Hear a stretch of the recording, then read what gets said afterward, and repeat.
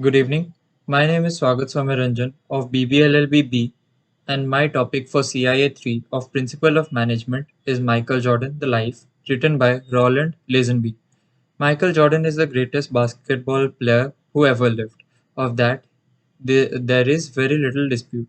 He was also at the apex of his career, a global ambassador for the game and for Nike, a veritable ATM for various corporate partners, a hero to millions, if not billions of fans, and very likely the most famous person in the world.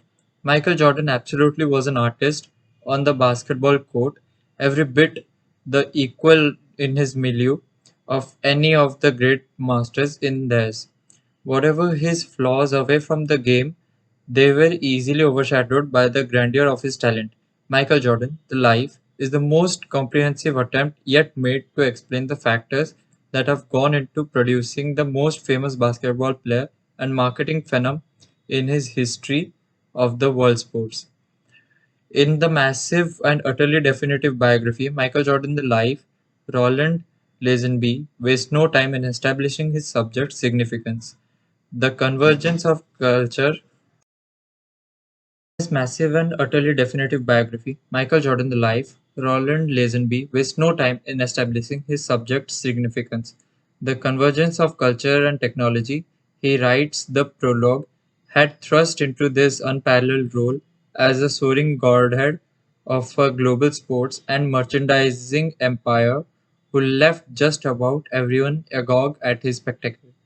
The book takes us inside the Jordan family, which was torn asunder by Jordan's wealth and the desire on the part of his siblings and family members to compete to cash in.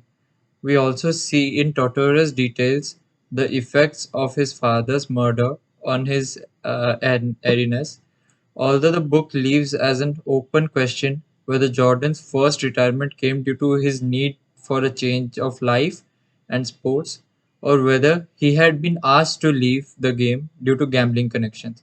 Lazenby also takes us inside the mentality of perhaps the world's most competitive individual, showing how frustrated he was with his teammates, coaches, and the team officials who could not or would not rise to the same level of greatness that he demanded from himself in every practice and every game. While reading the book, one question pondered into my mind: how competitive is Jordan? After he had become the biggest star in the NBA, he was playing some one on one with his little brother Larry back in North Carolina.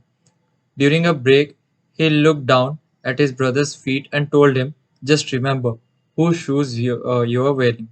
Lazenby reports that even while playing for the United States in the Pan American Games in Venezuela, Jordan trash talked Spanish speaking players who may not have even understood him.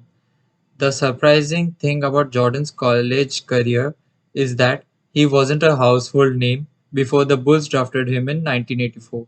Some critics blame his North Carolina coach, the legendary Dean Smith, for his controlling approach, though Jordan would come to call Smith his second father. The Tar Heels won only one championship while Jordan was there, but it still seems confounding that Jordan was only the third pick in the NBA draft.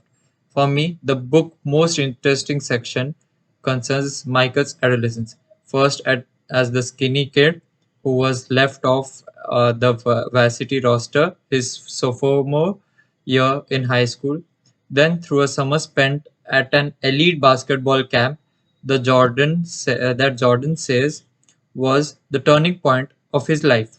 It was during this time that Jordan figured out how good he really was. Previously, he had imagined himself as a baseball player as much as anything else. Even Jordan's most ardent fans will not have heard every story Lazenby tells about these early years.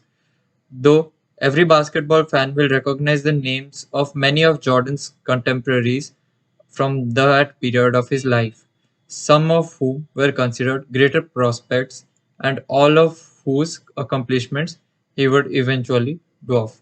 Thank you.